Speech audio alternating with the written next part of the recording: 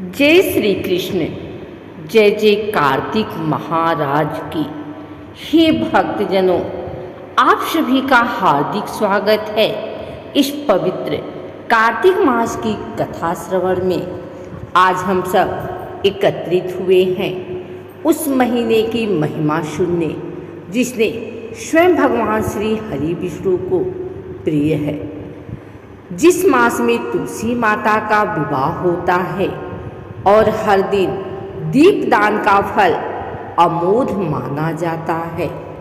कार्तिक मास जिसे दान, स्नान, दीपदान और भजन का महीना कहा गया है, उसकी कथा सुनने से मनुष्य को जन्म जन्म के पापों से मुक्ति मिलती है और मोक्ष का मार्ग प्रशस्त होता है। तो आइए सभी भक्तजन भक्ति भाव से मन को एकाग्र करके बैठ जाइए, क्योंकि अब कार्तिक मास महात्म्य का तीसरा अध्याय आरंभ हो रहा है। सत्यभामा ने कहा, हे प्रभु, आप तो सभी काल में व्यापक हैं और सभी काल आपके आगे एक समान है। फिर यह कार्तिक मास ही सभी मासों में श्रेष्ठ क्यों है? आप सब तिथियों में एकादशी और सभी मासों में कार्तिक मास को ही अपना प्रिय क्यों कहते हैं? इसका कारण बताइए। भगवान श्री कृष्ण ने कहा, हे भामिनी, तुमने बहुत अच्छा प्रश्न किया है। मैं तुम्हें इसका उत्तर देता हूँ, ध्यानपूर्वक सुनो। इसी प्रकार एक बार महाराज बेन के पुत्र राजा पृथु ने प्रश्न के उत्तर में देवर्षि नारद से प्रश्न किया था और जिसका उत्तर देते हुए नारद जी ने उसे कार्तिक मास की महिमा बताते हुए कहा, हे राजन, एक समय शंख नाम का एक राक्षस बहुत बलवान एवं अत्याचारी हो गया था। उसके अत्याचारों से तीनों लोकों में त्राहि त्राहि मच गई। उस शंखासुर ने स्वर्ग में निवास करने वाले देवताओं पर विजय प्राप्त कर इंद्रादि देवताओं एवं लोकपालों के अधिकारों को छीन लिया। उससे भयभीत होकर समस्त देवता अपने परिवार के सदस्यों के साथ सुमेरु पर्वत की गुफाओं में बहुत दिनों तक छिपे रहे। तत्पश्चात वे निश्चिंत होकर सुमेरु पर्वत की गुफाओं में ही रहने लगे। उधर जब शंखासुर को इस बात का पता चला कि देवता आनंद पूर्वक सुमेरु पर्वत की गुफाओं में निवास कर रहे हैं, तो उसने सोचा कि ऐसी कोई दिव्य शक्ति अवश्य है जिसके प्रभाव से अधिकारहीन यह देवता अभी भी बलवान है। सोचते सोचते वह इस निर्णय पर पहुंचा कि वेद मंत्रों के बल के कारण ही देवता बलवान हो रहे हैं। यदि इनसे वेद छीन लिए जाएं तो वे बलहीन हो जाएंगे। ऐसा विचार कर शंखासुर ब्रह्मा जी के सत्यलोक से शीघ्र ही वेदों को हर लाया। उसके द्वारा ले जाए जाते हुए भय से उसके चंगुल से निकल भागे और जल में समा गए। शंखासुर ने वेद मंत्रों तथा बीज मंत्रों को ढूंढते ढूंढते हुए सागर में प्रवेश किया, परंतु न तो उसको वेद मंत्र मिले और न ही बीज मंत्र।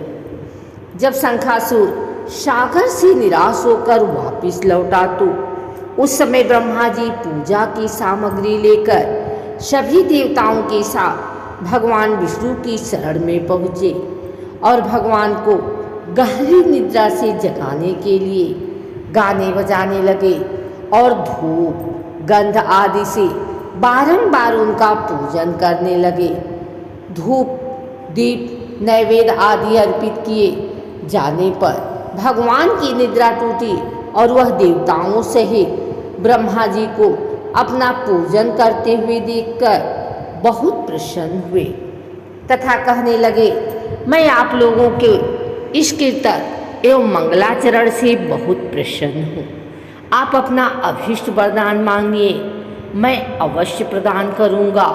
जो मनुष्य अश्विन शुक्ल की एकादशी से देवोत्थानी एकादशी तक ब्रह्म मुहूर्त में उठकर मेरी पूजा करेंगे, उन्हें तुम्हारी ही भांति मेरे प्रसन्न होने के कारण सुख की प्राप्ति होगी। आप लोग जो पाद्य, अर्घ, आचमन और जल आदि सामग्री मेरे लिए लाए हैं, वे अनंत गुणों वाली होकर आपका कल्याण करेगी। शंखासुर द्वारा हरे गए संपूर्ण वेद जल में स्थित हैं। मैं सागर पुत्र शंखासुर का वध करके उन वेदों को अभी लाए देता हूँ। आज से मंत्र बीज और वेदों सहित मैं प्रतिवर्ष कार्तिक मास में जल में विश्राम किया करूँगा। अब मैं मत्स्य का रूप धारण करके जल में जाता हूँ। तुम सब देवता मुनीश्वरों सहित मेरे साथ जल में आओ। इस कार्तिक मास में जो श्रेष्ठ मनुष्य प्रातःकाल स्नान करते हैं, वे सब यज्ञ के अवभृत स्नान द्वारा भली भांति नहा लेते हैं। हे देवेंद्र, कार्तिक मास में व्रत करने वालों को सब प्रकार के धन, पुत्र, पुत्री आदि देते रहना और उनकी सभी आपत्तियों से रक्षा करना। हे धनपति कुबेर, मेरी आज्ञा के अनुसार तुम उनके धन धान्य की वृद्धि करना, क्योंकि इस प्रकार का आचरण करने वाला मनुष्य मेरा रूप धारण करके जीवन मुक्त हो जाता है। जो मनुष्य जन्म से लेकर मृत्यु पर्यंत विधि पूर्वक इस उत्तम व्रत को करता है, वह आप लोगों का भी पूजनीय है। कार्तिक शुक्ल पक्ष की एकादशी तिथि को तुम लोगों ने मुझे जगाया है, इसलिए यह तिथि मेरे लिए अत्यंत प्रतिदायिनी और माननीय है। हे देवताओं, यह दिन दोनों व्रत नियम पूर्वक करने से मनुष्य मेरा सानिध्य प्राप्त कर लेते हैं। इन व्रतों को करने से जो फल मिलता है, वह अन्य किसी व्रत से नहीं मिलता।